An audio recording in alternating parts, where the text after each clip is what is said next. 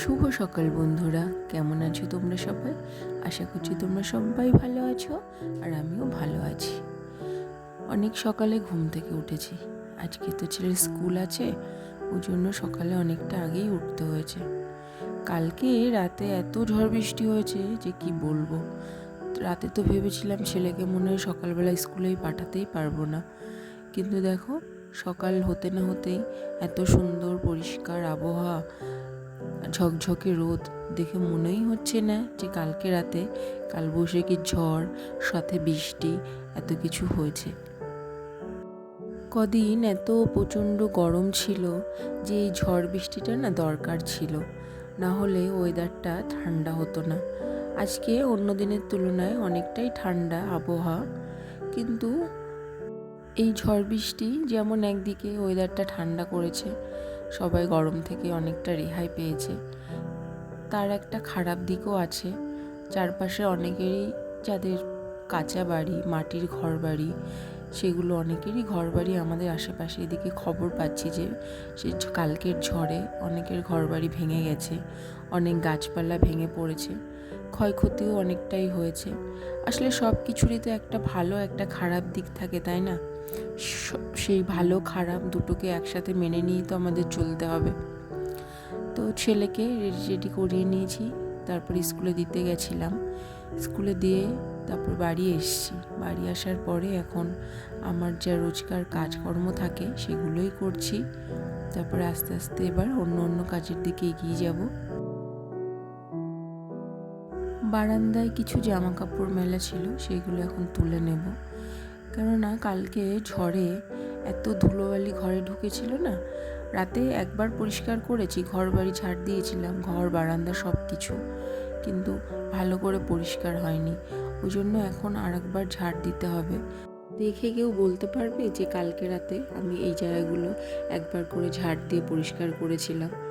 দেখো কতটা নোংরা রয়ে আছে এখনো। প্রতিদিনের সমস্ত কাজের সাথে সাথে এই যে কাজগুলো করছি এখন, বারবার ঘর বাড়ি ঝাড় দেওয়া, পরিষ্কার করা, এটা একটা এক্সট্রা কাজ, অনেকটাই বাড়তি কাজ। তো আজকে অতটা তাড়া নেই, কেননা ছেলেকে স্কুল থেকে আনতে আমি আর যাব না, আমার হাজব্যান্ড বাড়িতে আছে, ওই আনতে যাবে। ওই জন্য ধীরে সুস্থে এই কাজগুলো সব করছি। শুকনো জামা কাপড়গুলো একেবারে ভাঁজ করেই রেখে দিলাম, কেননা এইভাবে যদি সোফার উপর রেখে দিতাম ওগুলো পরেই থাকতো। আজকে আর অন্তত এগুলো ভাঁজ করা হতো না। এরপরে চলে এসেছি কিচেনে, ব্রেকফাস্ট বানাবো সবার জন্য। তো আজকে ব্রেকফাস্টে বানাবো গোলা রুটি। এটা খেতে বাড়িতে সবাই অনেক পছন্দ করে, বাবা মা, আমি আর হাজব্যান্ড খাবো, ছেলে তো স্কুলে চলে গেছে।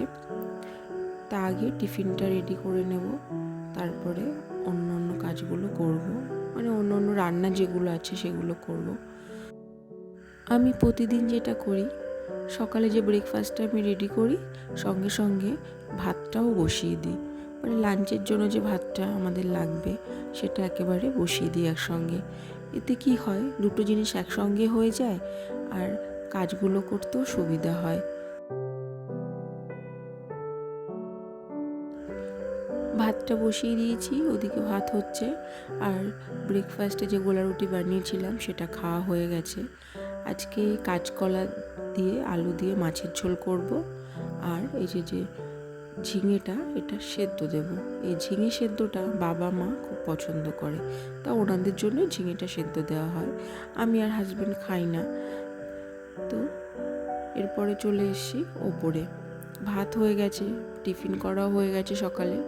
তা দুপুরের জন্য যে তরকারি করব, মানে মাছের ঝোল বা যাই করব, সেটা বাকি আছে, সেটা পরে করব। ওপরে এসে প্রতিদিনের যে ক্লিনিংয়ের কাজগুলো সেটা করছি।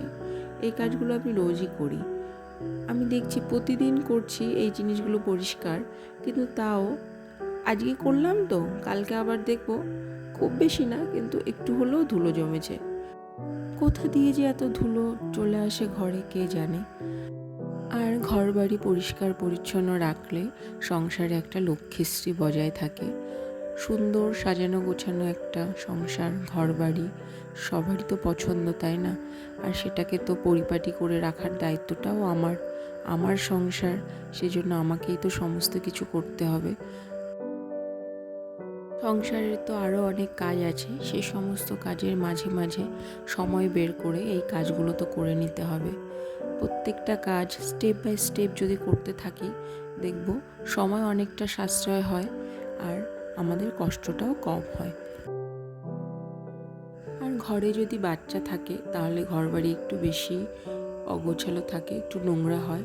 আমার ছেলে অনেকটাই ছোট, সেজন্য ও তো এখানে খেলছে, এখানে খেলনা ফেলছে, নোংরা করছে, তার জন্য আমাকে সবসময় সতর্ক থাকতে হয়। তোমাদের সঙ্গে অনেক কথা বললাম, তা কথাগুলো শেয়ার করতে করতে আমার ক্লিনিংয়ের কাজও প্রায় কমপ্লিট। আজকের মতো অন্য কিছু আর ক্লিন করব না, এরপরে আবার রান্নার চাপও আছে, রান্না বান্না অনেকটাই আছে বাকি এখনও, সেগুলো করতে এরপরে কিচেনে চলে যাব। নিচে চলে এসেছি, এসে প্রথমে সবজিগুলো কেটে নিলাম। ভাত তো আগেই হয়ে গেছে, এখন সবজিগুলো ভালো করে কেটে মাছটা ভাজতে হবে। আজকে বাবা এনেছে কাতলা মাছ আর চিংড়ি মাছ, তা আগে ভালো করে মাছটা নুন হলুদ দিয়ে মেখে নেব, তারপরে আস্তে আস্তে সব মাছগুলো এক এক করে ভেজে নেব।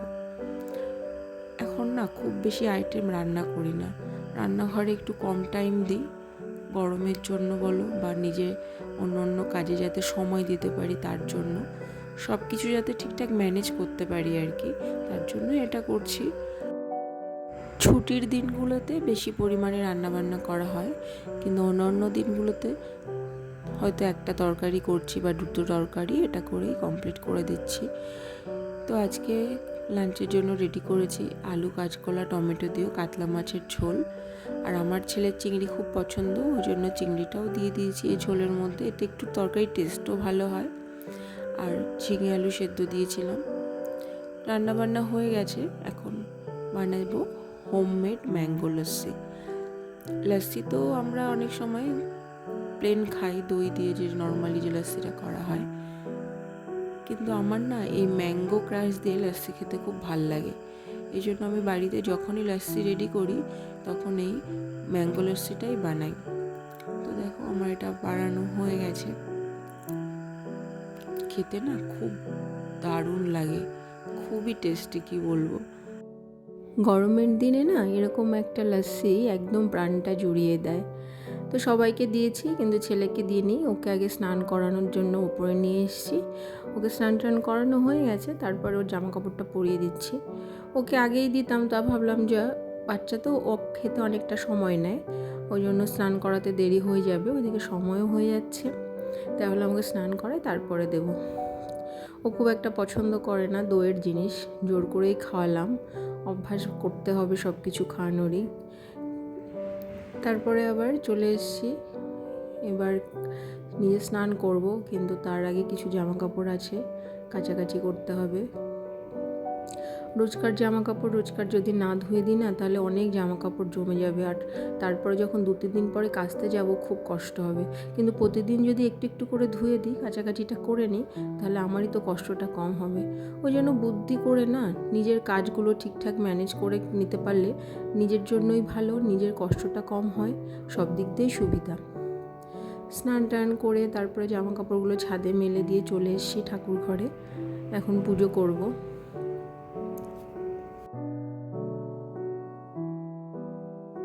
এত বছর ধরে সংসার করতে করতে এখন কি করে কোন জিনিসটা কিভাবে করলে তাড়াতাড়ি হবে, বা কি করে স্টেপ বাই স্টেপ কাজগুলো করে নিলে নিজের একটু কাজে সুবিধা হবে, সেগুলো অন্তত এখন বুঝতে শিখে গেছি। আর সেগুলোই আমি সব কাজে, মানে নিজের প্রতিদিনকার কাজে অ্যাপ্লাই করি, যার জন্য অনেক সকাল থেকে ঘুম থেকে ওঠার পর অনেক কাজের মধ্যে দিয়ে সংসারের সমস্ত কাজগুলো ঠিকঠাক গুছিয়ে নিতে পারি। তারপরে এখন ছেলেকে খাওয়াবো, ওকে খাওয়ানোর পর ওকে ঘুম পাড়িয়ে দেবো। যেদিন ও স্কুল যায় সেদিন খুব তাড়াতাড়ি ঘুমিয়ে পড়ে, আর যেদিন বাড়িতে থাকে সেদিন একটু লেটে ঘুমোয়, ওই জন্য ভাবলাম যে ওকে আগে ঘুম পাড়িয়ে দিই, তারপরে আমি খাবো। বিকালে আবার ছাদে চলে এসেছি, ও ঘুমোচ্ছে, আমি ছাদে এসেছি জামা কাপড়গুলো নিতে। এই একটা টাইম না নিজের জন্য একটু সময় পাই, আর এই সময় ছাদে এসে না অনেকটা সময় আমি কাটাই। এই টাইমটায় ছাদে আসলে মনটা এত ভালো হয়ে যায়, রোদের তাপ থাকে না, আর এত সুন্দর হাওয়া, যে হাওয়াটা আমি ঘরেতে পাবো না। আর গাছদের সঙ্গে নিজের গাছের একটু যত্ন নিই, গাছে জল দিই, এই করতে করতে সময়টা খুব সুন্দর কেটে যায়। সকাল থেকে অনেক কাজের মধ্যে দিয়ে একটু নিজের জন্য সময়, একটু মানসিক শান্তি, যেটা আমার পরের দিনের কাজের উৎসাহ আরও বাড়িয়ে দেয়। এজন্য নিজের জন্য না একটু সময় তো বের করা অবশ্যই উচিত, যে সময়টা শুধু আমার, সেখানে কোনো কাজের চাপ থাকবে না, শুধু নিজের ভালো লাগা থেকে কাজটা আমি করব। তো আজকের মতো আমার ভিডিওটা আমি এখানেই শেষ করছি। দেখা হবে তোমাদের সঙ্গে আবার নেক্সট ব্লগে। আশা করছি তোমাদের ভালো লাগছে। তা তোমরা যারা আমার ভিডিওটা দেখছো, ভালো লাগলে একটা লাইক, একটা কমেন্ট অবশ্যই করো। তো তোমরা সবাই ভালো থেকো, সুস্থ থেকো, সবাইকে টাটা।